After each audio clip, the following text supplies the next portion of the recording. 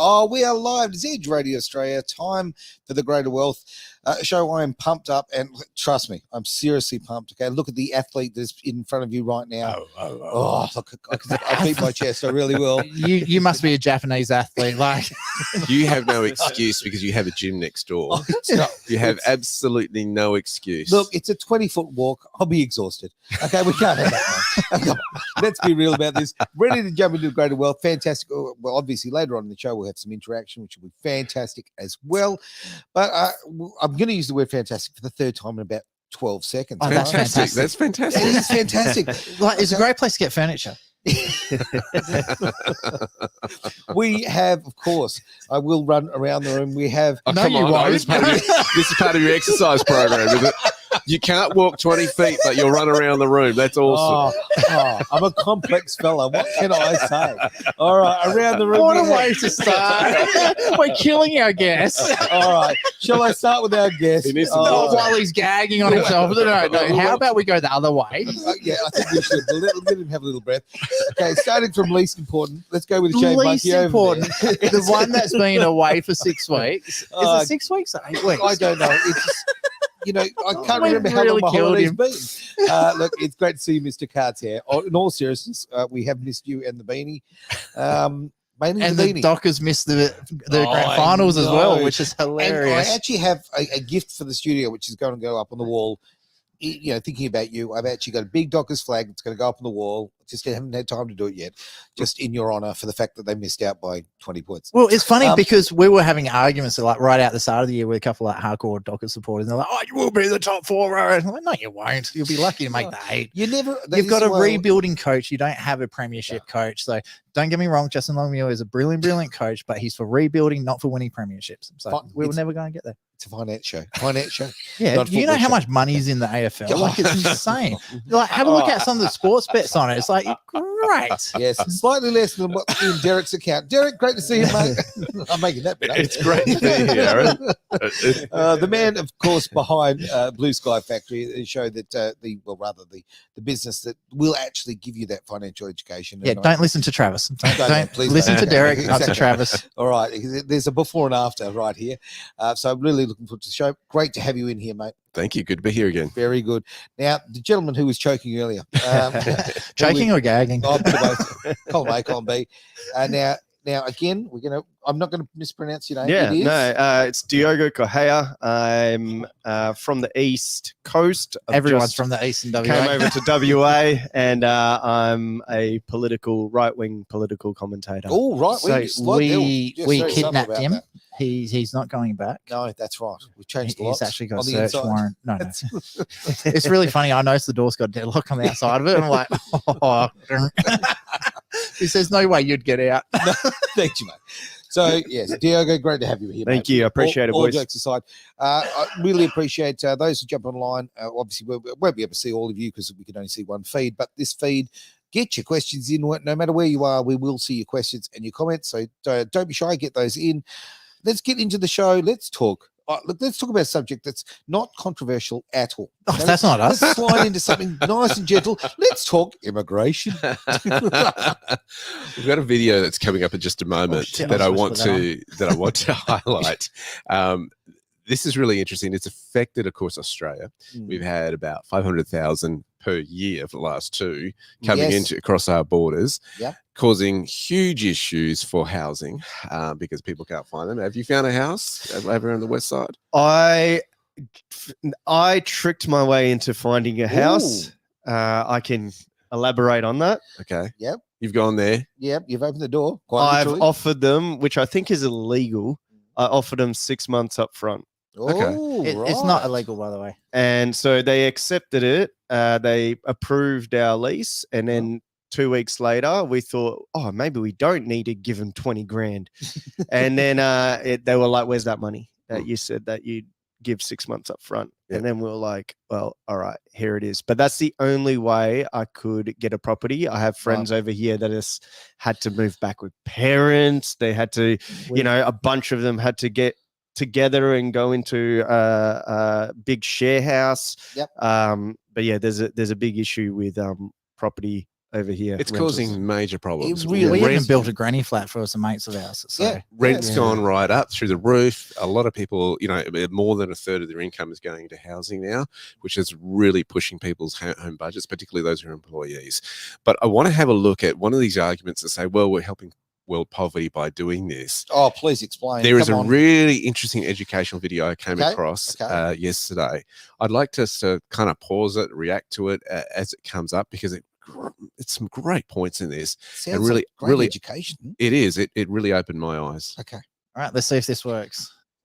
Into the United States and can help reduce world poverty. Is that true? Well, no, it's not. And let me show you why. This gumball represents the 1 million legal immigrants that the United States has taken every year on average since 1990. Now, who in the world deserves our humanitarian compassion? The World Bank has one measure of the desperately poor of the world. They make less than $2 a day. And how many people make less than $2 a day in the world? We'll start with Africa. In Africa alone, there are 650 million people who make less than $2 a day. 650 million. And in India, another 890 million people, desperately poor. China adds another 480 million people making less than $2 a day. And unfortunately, the rest of Asia has a heartbreaking 810 million people who the World Bank says make less than $2 a day. And finally, there's 105 million of Latin America's population that are desperately poor. All told, the World Bank says there are 3 billion people in the world, 3 billion people who are desperately poor, making less than $2 a day. That's 3,000 gumballs. And every year, we take 1 million and suggest that we've somehow made a humanitarian difference. Of course, we don't pull our immigrants from these desperately poor populations, do we? These people are too poor, too sick, too disconnected to make it here as immigrants. We tend to pull our immigrants out of the better off poor of the world, and Mexico tends. I'd just like to say, did you actually get that, how they define poverty? People who make less than $2 US a day. Okay. Had they considered different economies? I mean, had different values of money. Come on. Really? True. But Yeah, that's a big factor to me. So my family, like some of my family's in Vietnam. So when you see $2 a day, that's even poor by those country standards. Okay. So so to put in the perspective, for a family of 8, so mum, dad, the 4 kids plus the 2 grandparents, less than $1,000 a month would feed everyone. You wouldn't live like kings, but you'd live very comfortably. Okay. Like you wouldn't have to worry about anything. So you see people that would be living off $100 a month. Okay. So, and Okay. like you're seeing them, they're they're working, they're going to jobs, they're doing what they need to do, they're selling food on the side of the road, they're running farms, and they're still living a comfortable life. Okay. And then you have the people going even a step further who go through, they sweep the streets, they clear out the sewage, stuff like that, just to get enough money to buy something to eat. And they're literally living off about $5 a month. And I want to say that because often people in Australia complain that they don't have enough. And I'm going, I'm poor. They use that line, I'm poor. Put it in perspective. What does real poverty look like? That's the reality. Yeah, absolutely. So So when you see someone like with their hands clearing sewage out of the side of the street just to be able to eat something like that, that's when you start going, mate, take $10. And they're like, oh my God, this is like, 6 months worth of income for them.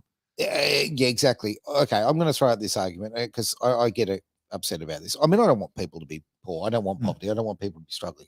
But I'm a big believer in you've got to look after your own backyard first. And we've got a country full of people who haven't got homes. Yep. Okay. And I don't discount what you said about poverty. And yes, you're right. In Australia, what is poor? But you've got to make sure people have got roofs over their heads. They've got a hot meal. Okay. You need to look after your own first. No question. I'm just saying, let's put this back into perspective. The fact that you live in Australia, you're in the top 10%. Yeah. If you own a car, you're in the top 10%. Can I?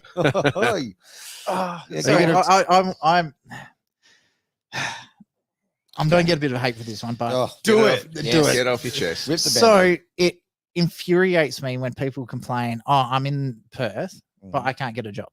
Okay. Or like I can't find a house. That's fine. Well, if you can't get a house in Perth, then move out. Like go to another suburb, go to another town. Like for people to turn around and say, oh, it's so hard in Perth. Well, like the people in Sydney that complain that house prices are too high. Well, get out. Like if you can't afford to live in a place, get out. Like have a look at your grandparents and all that sort of stuff. If they couldn't get a house in Sydney, then they moved to Queensland or they moved to South Australia, they moved to Tasmania, they moved to a regional town. So when Luana and I got married, we were looking for an investment property. We couldn't afford to buy an investment property in Perth. So what do? We couldn't even get our family home because our so-called income wasn't sufficient to buy a home in Perth. So what we did, we looked at what can we afford We went and picked up 2 duplexes for $75,000. This is in 2015 or 17, I can't remember, in Geraldton. Yep. That was $75,000 for both. Yes. 2 duplexes, 3-bedroom, 1-bathroom duplexes. Need a little love, but needed a crap load of love. Yeah. But we were still able to pick up 2 houses for under $100,000. Okay, so again, you come forward to today and you look up on Rewire for the stats and you see what we just sold those for. I would push back on that and say that you shouldn't need to get out of where you've grown up your entire life. I think it's political mismanagement that things has skyrocketed. And where's the ceiling? Is it how far do you need to get out before the net keeps going and going and going? It's the entire country and you cannot get out. I do agree with that one, but the thing is you can't compare today to back in the day, because you have a look at how much welfare we pay today. You have a look at how all the policies have changed from today to compared to the 1950s. Sure. You can't compare. I hate it when people go, oh, the boomers purchased all the houses. Yeah, no, the government fucked up all the policies, which has made housing impossible to get now. So it is the government that has caused all this. So I absolutely agree with you. But people got to understand today is different to what it was 50 years ago, 20 years, 10 years and that ago. Dream is all gone, the policy. The dream of buying your home, paying it off, and then buying an investment property does not exist. It hasn't existed that way for a long time. You need to have multiple streams of income before you can buy your own personal house. I had extremely bad motorbike accident. I put a motorbike under a car doing 110. So I was in a wheelchair for 9 months. I was out of work for nearly 8 years. Yeah. So we had to find an alternative income stream for myself. Sure. So for us to even get a credit card, that's how bad we were at. So for us, it was 2 investment properties up in Geraldton, get that sorted, find a few other sources of income through trading, foreign exchange trading, a few other things. At that point, we're finally able to buy a house. So you've got to have backup sources of income before you're buying a personal house. Okay, here's my point. You know what? The everyday battler has a right to that dream, okay? And I understand, and it used to be just keep moving to further outer suburbs, away from the CBD, but still actually in that town. I think that should still be achievable, and I absolutely 100% put this down to mismanagement by government. Mismanagement all the way. Let me throw another question for you. And again, this is the government interference here. Yep. How many businesses that are in the Perth CBD that don't need to be in the Perth CBD? CBD's a dead town, mate. What are you No, it's not during business hours. No, it is. It still is, mate. Absolutely guarantee you it's not. Go have a look at how many of those skyscrapers are absolutely full chock-a-block with businesses. No, so mate, I've heard reports that there's nearly 200,000 full-time jobs within the Perth CBD. Okay. How many of those jobs don't have to be in the CBD? Think about it this way. BHP's main head office, all their accounts, all their admin and everything are in the Perth CBD. Yes, it is. So why aren't they based in places like Karratha, Geraldton, or the regional centres? Simple. Yes. Because they want the terrace has been the place where they do business, where they go to lunch, they do the deals. No, that's the executives. So the executives I can understand. What about their bookkeepers? Well, the bookkeepers, they want in there call center to be able to, an executive needs to know what the numbers are in their business. So phone call, email. True. But then there's also times where they want to sit down and have that meeting. When we're talking many millions and millions of dollars. I get that. So senior management and all that, I get. But if a company wants to run it on the terrace, why not? That's their decision. Yeah, exactly. So and there's actually a lot of incentives for them to keep it in Perth because that's where all the staff are. So let's take it a little bit further. SGIO's, their call center used to be in West Perth. Didn't need to be in West Perth. Could have been in Rockingham, Mandurah. So what's happening is all the government entities are all pushing everyone into the CBD because it's easier to control the population. Why aren't they saying to push people out to the next regional centre out? So I'm talking Joondalup, Ellenbrook, Mandurah, Bunbury, and then take going further and further. As you space out the people further and further, what happens is you generate more and more demand in those outer suburbs. So the outer suburbs are becoming more available, cheaper, easier to get housing, and therefore you haven't got such a concentrated population within these centres. Look, I think the real issue you're talking about there is a reluctance to release land in Australia and control it. I think that's the problem. That's the biggest issue, right? I think people would love to go there, but government's gone, no, we want it all focused on the government grid. Has gone, no. Yeah. So, but the thing is, the government and politics as a whole determines everything that you live your life by. So that's the system we're in. Now, I would like to mention the fact that we started talking about immigration. These things are very intertwined, right? So, okay, when we talk about can't get a house, we're talking about this. We're talking about businesses. We're talking about immigration.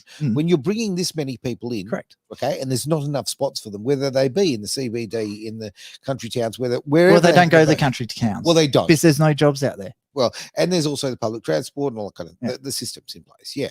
No By the way, Damo's just jumped on the stream. G'day, Damo. G'day, Damo. Very good to see you, mate. Now, I'd love to get a question from you. What have we got there? I've got a statement.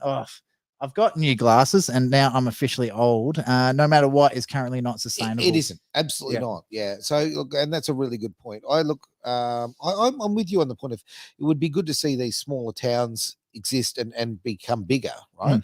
I mean, okay, I was born in Port Hedland, right? Leighton, New South Wales, for me. There you go. I'm not in a hurry to go back to Port Hedland.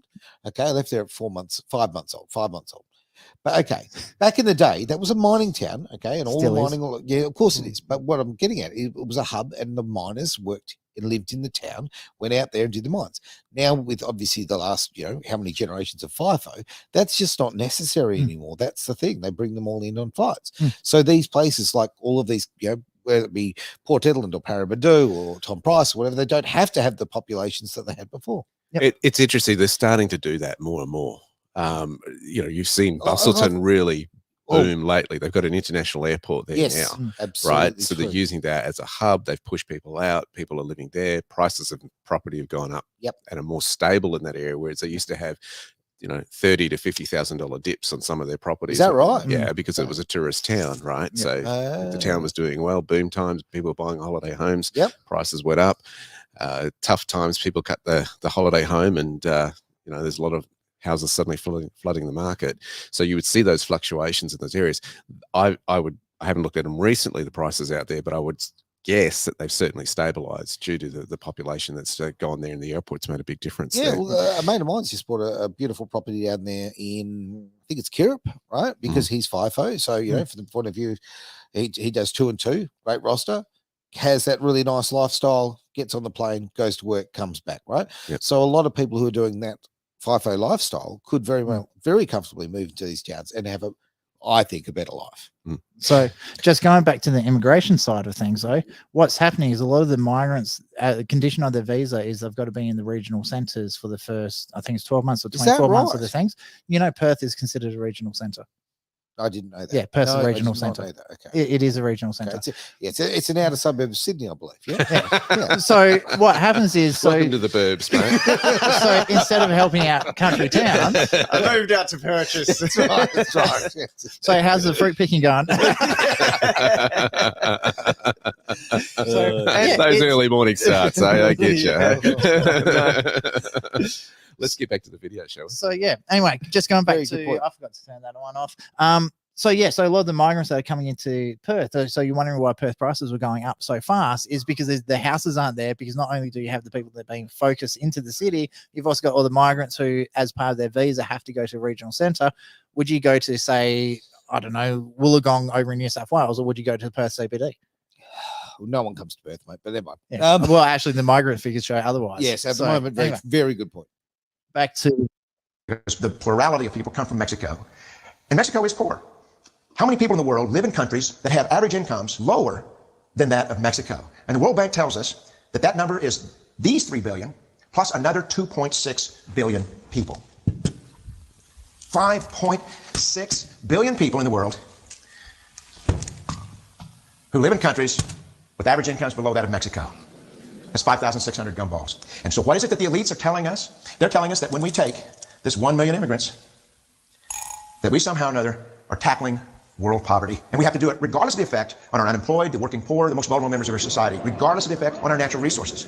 Even if we went by the most radical proposals in Washington, which are to actually double our immigration to 2 million a year, which would totally overwhelm our physical, natural, and social infrastructures, we couldn't make a noticeable difference. And we may be really hurting the impoverished people of the world, because the million that we do take are among the most energetic, often the better educated, certainly the most dissatisfied people that, if they did not immigrate, would be the agents for change to improve the lot of all the people in these countries. The true heroes in the global humanitarian field are the people in these countries who have the wherewithal to immigrate to another country, but instead stay in their countries, to apply their skills to help their fellow countrymen.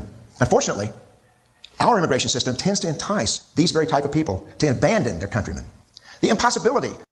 So I wanted to stop it there. That's because- phenomenal. That yeah. video, like, send me that video. That video is spectacular. Mm. Everyone So- should share that video, share this feed, like it, share it right now. That is an impactful video. That's amazing. And I think it's a big problem. I've seen it even in Australia, right? We lose some of the best minds and entrepreneurs because tax is too high in this country and there's too much red tape to do business. So they go, fine, I will go elsewhere, live like a king where I can in these other countries, and I get so much more, and I'll take my skills. And of course, we're poorer for it because then all the people that they would have employed miss out on that opportunity. That's right. And I think that's what we got to bear in mind here. But it's also interesting that we want to attract the higher, more skilled immigrants as well. But look at the ripple effect that's having back in their own nations. Now, I understand that there are the variants of that. I mean, some people are leaving because of religious persecution and all that sort of thing. I can understand why people want a better life and that sort of thing. But I think this is an incredible thing. You create economy, you solve poverty. You do. Right? Spot on. That's the big point. And I think that's really, really important to drive home here. So this is one of the things one of the latest ventures I'm doing is strata management. So on the property side of things. So I'm finding there's a lot of stuff that we do in Perth that you don't need to do in Perth. So again, talking about like how many jobs in the CBD actually need to be in the CBD. So there's a lot of like, and a lot of people say, oh, you know, offshoring is really, really bad. And it's like, well, no, it's not, because what's happening is you're giving these people who are earning less than $2 a day the opportunity not only to earn an income, but that money then will go then and will flow on to increasing their education levels, increasing their ability actually to change their personal situation in those countries.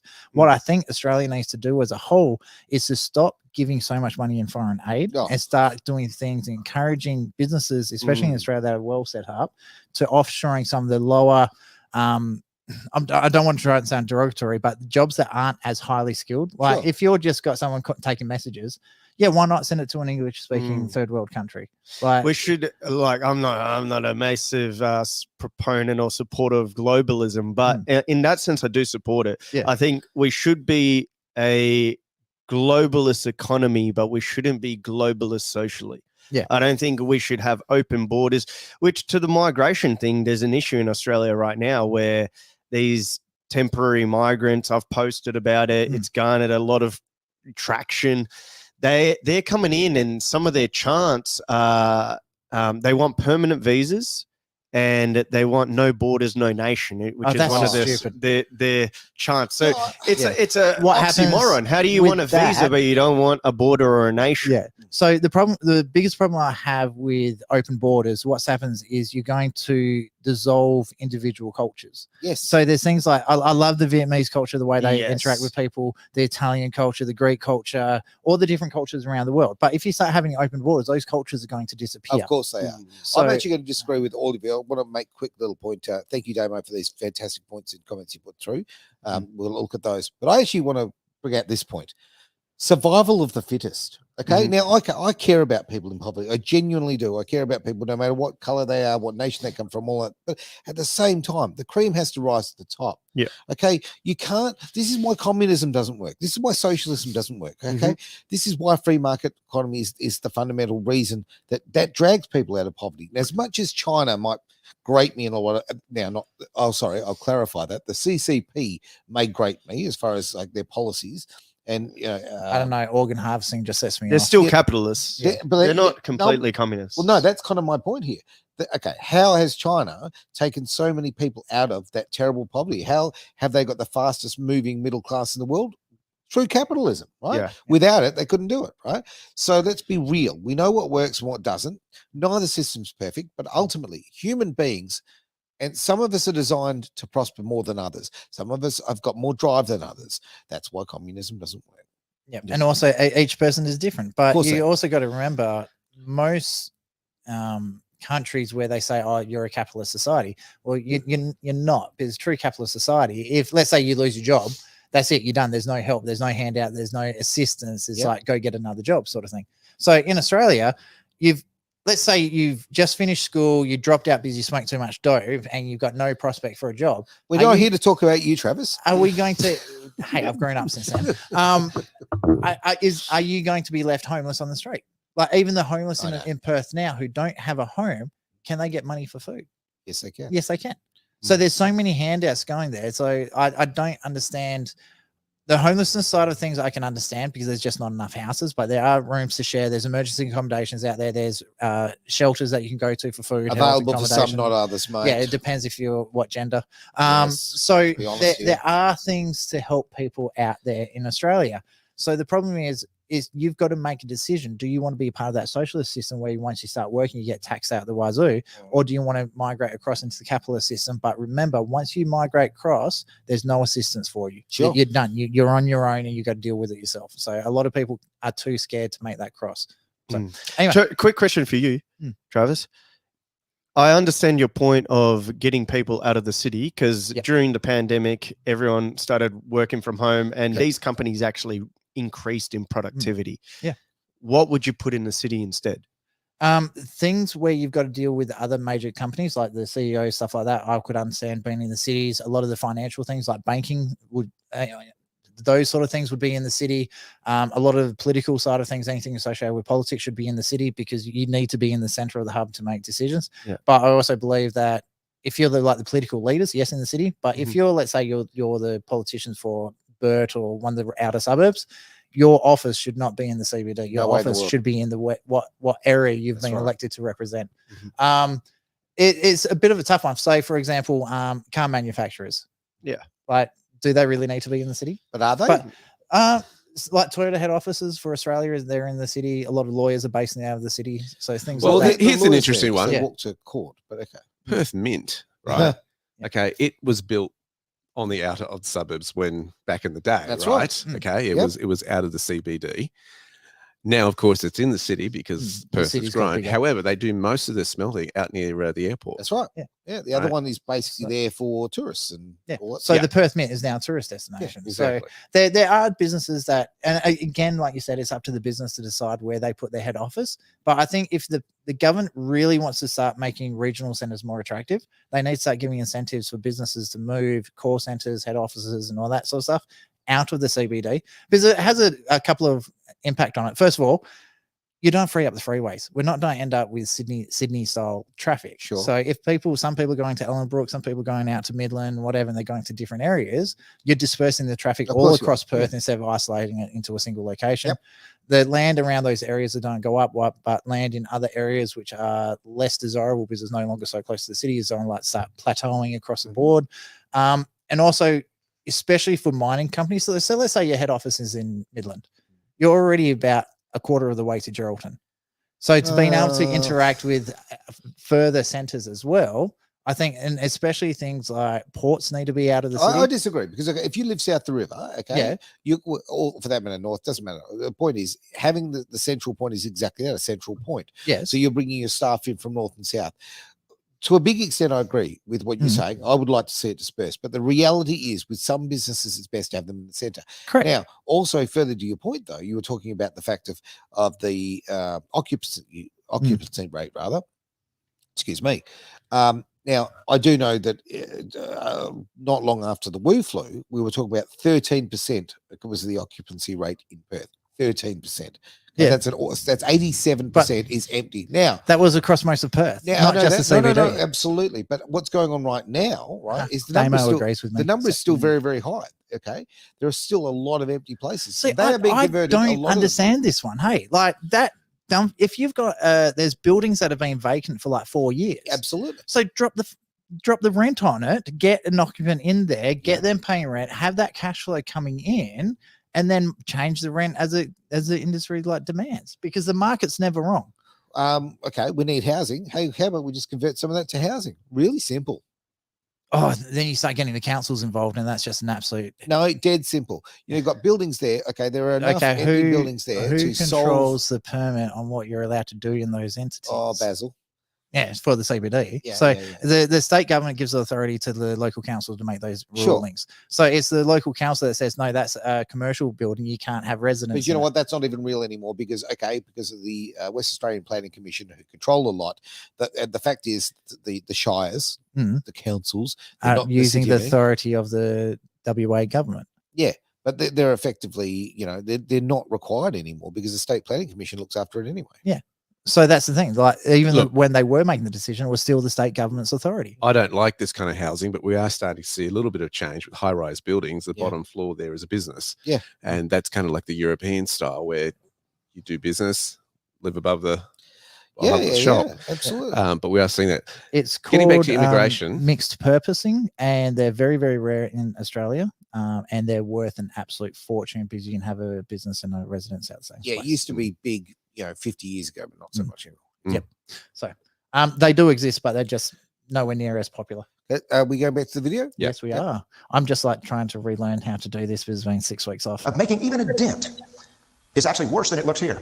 Because last year, when we took 1 million immigrants, these countries added, births over deaths, 80 million more people into the impoverished population. And this year, Congress is bringing in 1 million legal immigrants. And this year, according to the United Nations, these countries are expected to add another 80 million people. And next year, you can be quite sure that Congress, unless stopped by the American voters, will bring in another 1 million immigrants. And these countries, unfortunately, will be adding another 80 million people into these impoverished nations.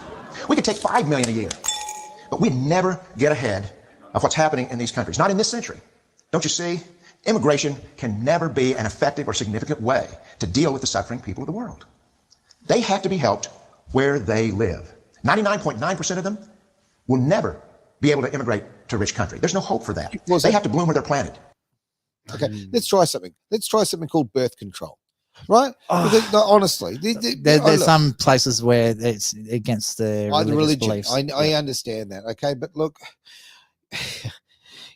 you've also got to understand the culture. So let's say you're a husband and wife, your retirement fund is actually your kids. Yeah, yes, I do understand that, but come on, like really, let's go back. Well, I think part of it too is the fact that there are in other parts of the world where there are high birth rates, corrupt politicians, very corrupt governments, and I think that's the bigger issue, is because they are not. They're putting the money back in their own pocket, right? They're not actually serving. They're not public servants at all. You're dealing with dictatorships in some nations. So to make a broad sweeping, you've got to consider that dynamic. And these are nations where people don't have retirement plans, superannuation, welfare to pay or help them for their retirement. So what do? I'll have lots of kids, and then they can support a high death rate as well. A portion of their income can support. I know I'm oversimplifying it, but at the same time, okay, if the population's going up, there's a reason that there's a reason it's happening. Okay, and better food technology and irrigation. There is absolutely no reason on this earth for poverty. Okay, there is for people to be hungry. There is no excuse. There's plenty of money. I mean, the Americans have certainly proven over the last few years. We'll just print it anyway, right? Okay, hasn't covered the gold standard for 50 years, odd, and then some. Let's be real here. There is absolutely no reason but greed for the reason there is poverty and people are hungry and people are suffering. Full stop. The thing is the speed at which the agricultural technology is taking off, water technology, making sure there's safe water to drink, all those improvements in the standard of living is amazing. So the other thing that this isn't taken into account, so that $2 per day for living, how many of those families actually grow their own food to eat? How many of them have chickens for eggs? True. They don't really need money because they're still using the bartering system. Yeah, okay. So that's not taken into this equation as well. So again, as the technologies improve, as they create their own farming structures and all that, they trade within themselves, that all of this won't take that into account. So, and I know in Kenya, I think it was Kenya, they shredded something like $80 billion in cash because they were trying to get people to open up accounts. So there was a report out saying that over 80% of people in Kenya do not have a bank account. I remember that. So again, taking those additional things into account. So yes, that's $2 per day, but how much of that is in cash, which isn't recorded? Yeah, okay. All right, let's switch gears here. We've got other things to talk about. Let's go for the next Are we done? Finish the video, or do you want to watch more? I don't think there's much left to it, is there? Oh well, let's finish the video then. So pretty much, I'll summarize it because I have actually seen this one. So what he's saying is we shouldn't be accepting a lot of immigration because we're taking the people that are the go-getters, the people that want to make change, by bringing them to America or Australia or wherever. You're taking that asset, like, because you know how you hear people say in a business, the people are the greatest assets. Sure. Well, you're doing that to countries. You're taking all the important people out. Yep. So there's a reason why you go see a doctor today. How many of them are Africans? Yeah. You go see, you count how many of them are Indians. Sure. So because these are the people who are like, they've got the nerve, they've got the galls to go, you know what, I want a better life. I'm going to go somewhere. I'm going to get myself trained. I'm going to get myself educated. And then everyone complains, oh, why are they sending all their money back home? And like, well, wouldn't you? Wouldn't you? Like if your mum and dad had no money whatsoever, they were living on the street, wouldn't you be sending some of your money to look after them? Yeah. So like, I don't hate them for doing that, but I don't hate on anyone for this, quite frankly. Think the government to make the best for your family. Yeah, the government has seriously stuffed up. They're giving an insane amount of money to corrupt politicians who are pocketing it. The money's not getting to the people where it needed. The infrastructure isn't being built to better these people's lives. So I think it's one of the classic cases of give it to the people, let the people do what they need to do. Yep. Because I think that tax money is always better in the hands of the people that don't spend it properly. Agreed. Except the baby bonuses. That was a joke. A lot of big TVs got sold. And Xboxes. Right. World Economic Forum has come out and released an ominous article recently saying prepare for an era of shock events in the near future. Oh. Not only do they want you to eat Z-bugs, they Thanks, say Nicole. they've basically said since the pandemic eased, the reality is we haven't had enduring global leadership on much, and it's hard to imagine that changing soon. This is partly because superpowers are terribly burdened with global wars and domestic challenges. Now, read through that.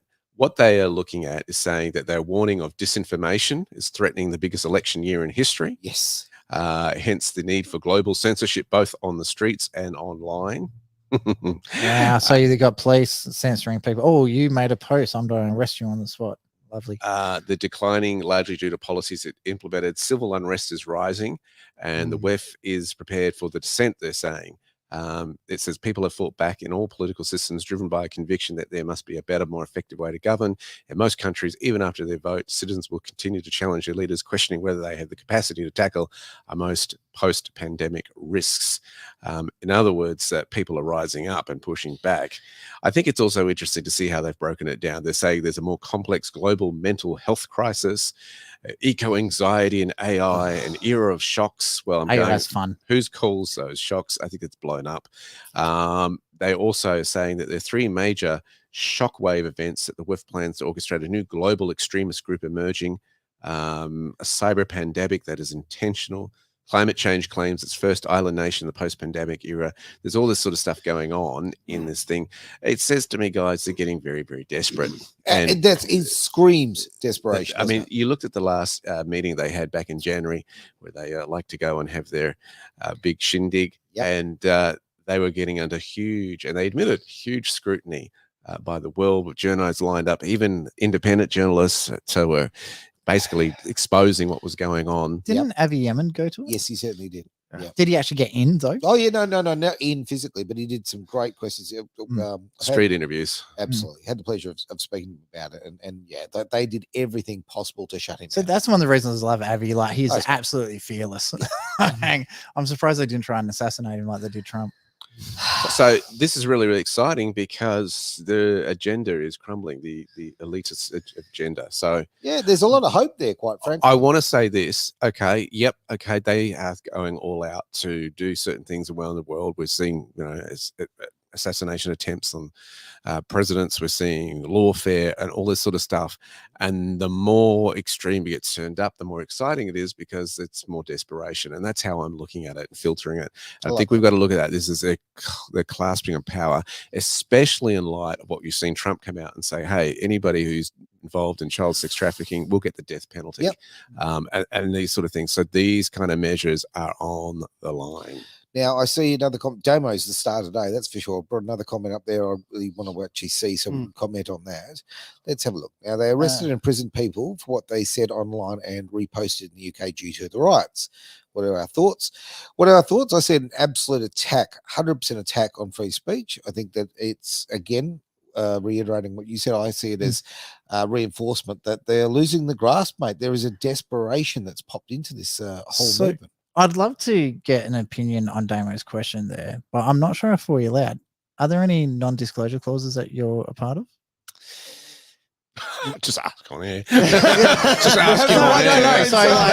So just feel free to say, no, I can't answer that. Can you just give us your PIN numbers to all your bank accounts? We have someone in the room that's personally experienced this. I'm not sure how far you're happy to go No, I've beaten all the court cases, so I can say whatever I like. To your point of WEF, I'm completely against WEF, and Avi, me and him have gotten mixed up in Sydney a few times, but he's done great work over there. You're too tall to be Avi. Yeah, me and him had that that back and forth as well on camera. That was hilarious. But in WEF, what I find is there's when they see there's all these global unrest that is about to come up to their target date of 2030.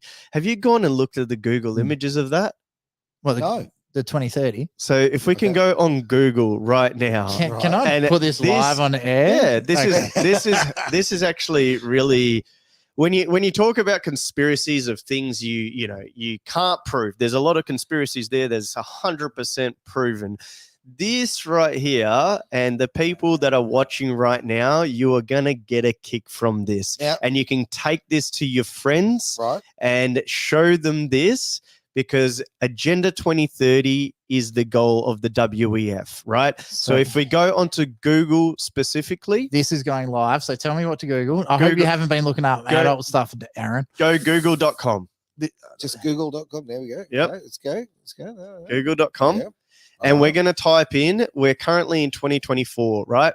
Let's type in 2025, and we're going to go up to 2030, and we're going to go to Google Images.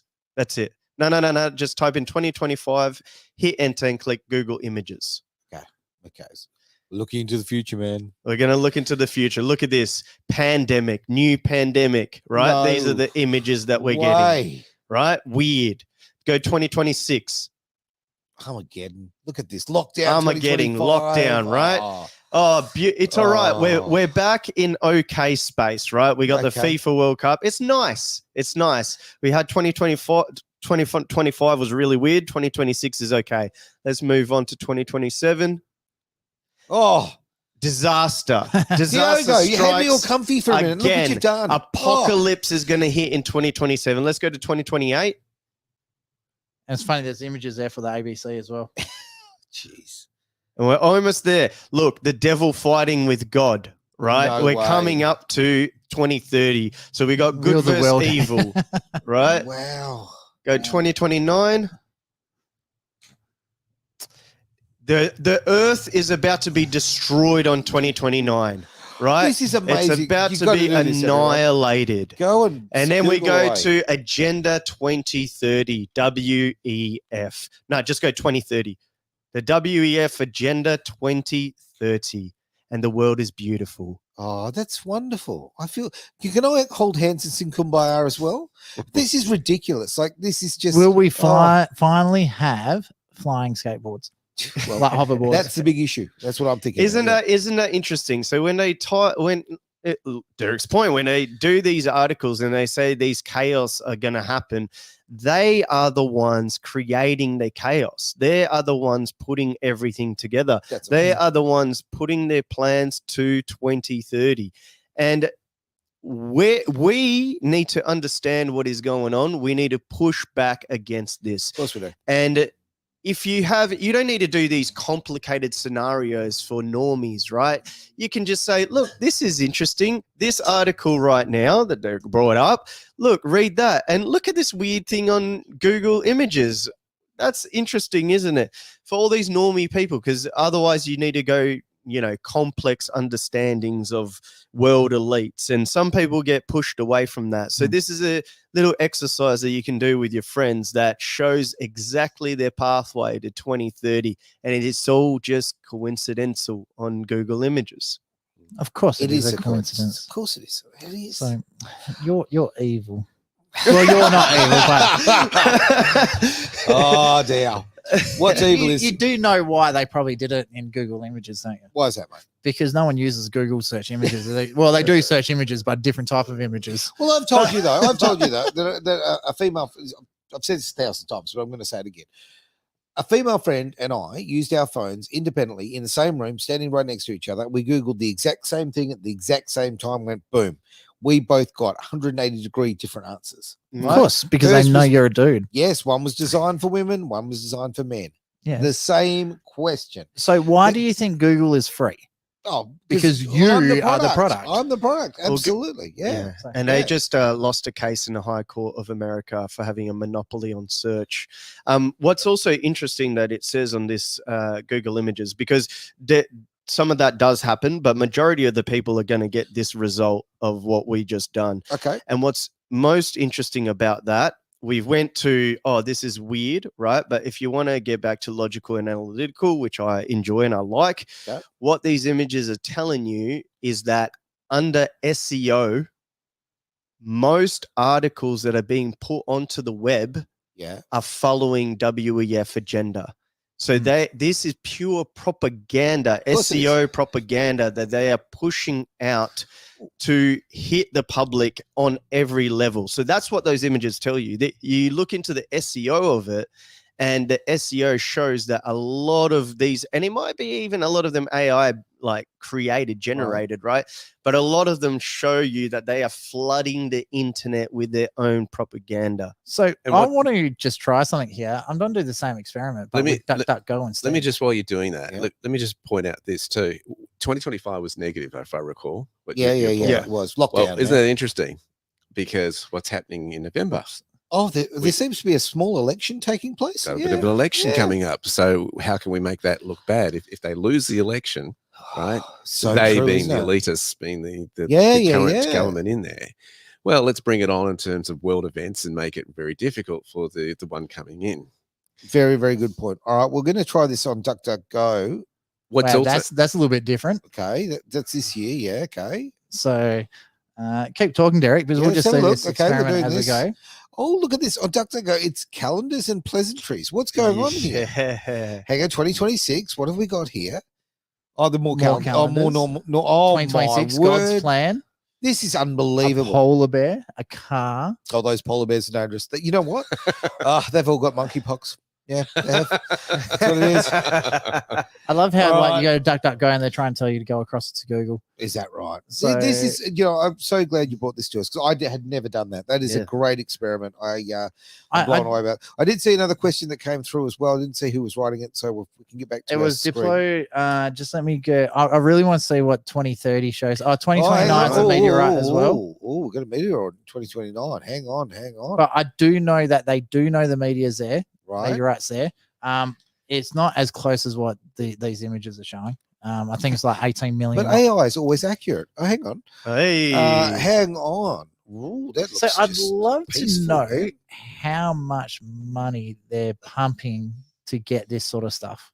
This is all propaganda. Of course it is. Yeah. Do you know what? But to get into DuckDuckGo let's think about this too. You think about, Schwab has literally got, Klaus Schwab has links to Goebbels, right? Okay. Now that's been, now I worry about that. I think it's a bit tentative kind of thing there, but apparently his father was deep in that sort of territory. Wasn't his mother like Mother Teresa or something? No, that's one of the rumors I've heard. I don't know if it's true. Sorry, not Schwab. Fauci. Oh, Fauci. Yeah. No, his father was. I always vomit when I hear that word. What, Fauci or Mother Teresa? Fauci. Could be worse. Oh dear. All right, I want to look at this question. Hang on, let's have a look. Is this a heads up to fellow WEF stooges about wants coming before November? Is it like a Christmas list? It must be. Oh, this is what I want for Christmas. So come get. Unbelievable. All right. I did attempt to change subject about 40 minutes ago. So let's give it another go. Let's go somewhere else there. Okay, sure. And finally, look, it's really interesting. Back to Australian housing. Yep. There's been an interesting kind of thing that's going on. News.com.au have basically come out and said that real estate agent trick is watch it die, become the norm, despite being illegal, experts are saying. So what they do is if they list a house price too high, the interest dies. Yeah. If they list it low, watch it go is kind of their line. Right. Line. Okay. I think I don't know about you guys, but I find it incredibly frustrating when they list prices from a certain price. Well, what do you get? You just get the front garden for that? Yeah. Or they do a price range, from this to that. I'm going, what is the price of the property? Yeah. Because as a buyer, you're kind of going, look, they want to know whether they can afford it, what the payments are going to be. Yep. They're looking at their budgets and this sort of stuff. And it's going, well, what is the real intent of the seller? What are they going to be happy with to kind of get a ballpark figure? And I believe in a fair deal across the thing. I don't believe in this, hey, let's rip off the seller and get them as low as we can. but at the same time, you don't want to pay overprice because it's greed that you're combating here. Yep. I don't like the whole greed factor. Yep. A fair market value is a fair deal. And it's really funny when you got to push the agents going, come on, what do they really, really want? There's an old rule in negotiating, he who speaks first loses, right? True. In terms of the numbers. But they've got to start somewhere and kick it off. And so why is this practice not illegal? Because to me, that seems, I mean, okay. They clamp down on other industries that play this game. I mean, the car industry plays this game or used to play this game, and there was actual consequences for that. So why aren't they doing it in the real estate market? I think what you've got at the moment is high demand for housing. Oh, crazy. Okay. So you'll advertise it at a lower price to get the crowd in. They're prepared to pay a bit more, and they're paying a bit more to secure that house. So I think that's kind of the game that's going on at the moment. And the article goes on and compares what was advertised versus what was done. And of course, in the majority of these cases, there was a huge difference, up to 17%, 41% in some areas, 28%. They're looking at on the New South Wales front, what's going on in that market. Look, no one can get into the market. Sorry, no. I was just touching on the percentage. WA is actually the highest growth of any other state of property market. Sure, Sydney's got expensive product, but in terms of percentage increase, 15% is insane, and that's Perth. What's going on at the moment? The moment a house goes up for sale on the market, it's getting flooded by eastern state buyers. Yes, so most of them are the superannuation funds and all that sort of stuff, and they're actually buying houses sight unseen. So even if they've been, excuse me, absolutely trash, they'll just that's fine. We'll just buy it sight unseen. We'll throw $100,000 into it. All of a sudden, we made $300,000. Right there. Yeah. If there was a policy or something that would stop that needs to happen. Like, you shouldn't be able to buy a house if you don't like, with our issue that we have right now. We should have a freeze on anyone that doesn't live in a location, that doesn't live in WA, to purchase the property. Because you got overseas people getting there through their student visas, purchasing property. And these properties are just, some of them aren't even being rented out, to be honest with you. So it is an issue. I get it. Like, investors want to get something that has high yield. And can I throw another question? Does have high yield. Hang on. You guys are all advocates for a free market, right? I knew you were going this way. No, can I answer? Please. Let me say this. So you guys are advocates of a free market. The market determines the price. So if I'm selling a house, I shouldn't be able to sell it to some overseas buyer who's going to offer me a lot more than what I'll get locally. Is that what you're saying? Stop hurting me. Honestly. No, look, can I take it even further? Yes. Oh, yeah. So you're saying Australians shouldn't be allowed to buy American stocks? Ooh. No, that's not. So we're not allowed to buy American products? That's incorrect. That's buying an American stock is like buying an American product. That's nothing to do with housing. No, you're buying investments. No, so when you're buying an investment, no, you're buying an investment. No, I don't care. A home is different. Every single citizen has a right of a place to call home. That's a product. Agreed. What you do in Australia, get those in power to release more land. That's the solution. Well, they can't, because they can only release the land, right, to their mates in the industry. Okay, that's it. So how do you know in Western Australia we have the most corrupt government right now? The Labor government is in bed with the developers. As much as I'd love to bag out Labor government, trust me, I'd love to bag them out. My favorite thing. So we have property developers that are sitting on over 4,000 blocks of land with power, with water, council approvals for construction, but they're sitting on them because they're not making enough money on their houses. They want to wait. Right. So how come we don't have a grandfather clause on property? Don't know. So there's things like this. So housing, the reason they call it the housing industry is an industry. It's not a right. Yeah, okay. So you don't have the right to a house. It's a Babylonian system that is motivated by greed and self-interest. Correct. All right. So how do you get the greed and self-interest out of the market? Take the market out of it. That's the challenge. So that's the only way to stop the greed in an industry, is to make it no longer an industry. So then you'd have to make it 100% government controlled. Now, who wants 100% government controlled housing? And industry? again, you've got the same issue of greed and self-interest in government. Yeah. But that way, the people are all treated equally as shit. So all you need to do, no, but that's not necessarily the case, because the government controls the road and they sell the roads too. Yeah, and how many roads that are owned by the government are in absolutely amazing condition? No, what I'm saying is that if the government controlled the houses, it's not necessarily that they would have a cap and other people wouldn't be able to buy it from overseas, because they control the roads and they allow China, especially in Sydney, and other private buyers to purchase roads over there and put tolls in it. It's no longer government controlled. You know what? There's a level of morality that's important here, right? Yeah. Okay. And I believe completely in a free market economy. I believe in people's rights to do it. But I also believe very strongly in morality. And I believe there should be you have a right to a home. And I also think there should be, and I don't like government overstepping. I like small government. And the small government thing that they could do is they could regulate who owns these properties. Now, there's a reason they do it in all these other countries. There's a reason why I can't go buy a property here, there, or all these other countries. Do you know why there's a majority of homeless people are actually in the Perth CBD? Why is that? Because that's where all the services are. Yeah.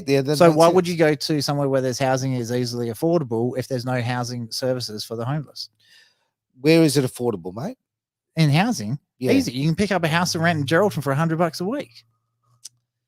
Again, so this is what I'm saying. So because you can't get a place for $100 a week. Absolutely guarantee you can't. Because we had two of them for a long time. Dude, I was looking here. The world has changed. Okay, what, only since 6 weeks ago. A few months ago. Okay, I was looking for a place, as we all know, in Perth, and they want $300 a week for a carport. To live in a carport. So you know that granny flat we're building? Off carport. Yeah, that granny flat we're building, $350 a week. Okay. For a one-bedroom granny flat. Fantastic, right? Yeah. Okay. But what I'm saying is it's got to be a level of morality to this. And there isn't. When it becomes nothing but greed, that's the problem. I want people to earn a living. I want people to be able to invest. I want people to be able to succeed.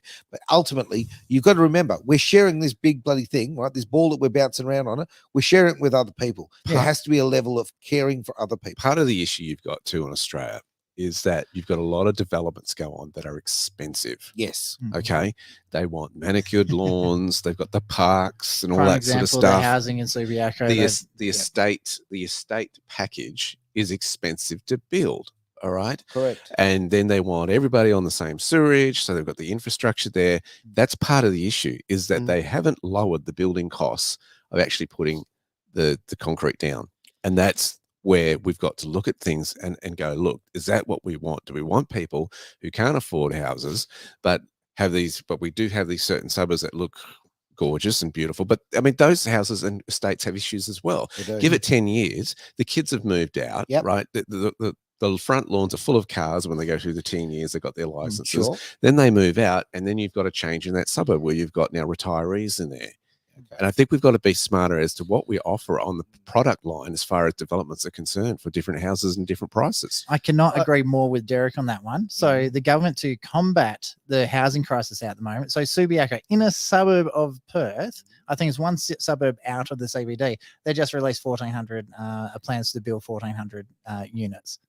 Okay. So when I was married to my ex-wife over 12 years ago, we were renting a one-bedroom studio apartment in Subiaco. Yep. Do you know how much that was a week? No idea. This is early 2000, so like 15 years ago. Okay. $400 a week back then. So now you'd be looking at $800 to $900 a week. Oh, easily every day of the week. Keep going. So tell me how many standard everyday Australians, like let's say young couple in their 20s, that can afford $900 a week rent for a studio apartment. No one. Got a comment there from Domo that I want put up on the screen. Then I'm going to say goodbye to everyone because we have absolutely hit time. Look at that. Look at that. Fantastic. Imagine. And look at that. Not to brag away, mate. It's a lovely house. So you've done very well indeed. So he brought his house 6.5 years ago for $220,000 and cool it up. Oh, look, and on that positive story, it's the end of the show. This is the Greater Wealth. Houses do exist, Aaron. Are you ready to hit the stop button? It is the Greater Wealth here on Edge Radio Australia.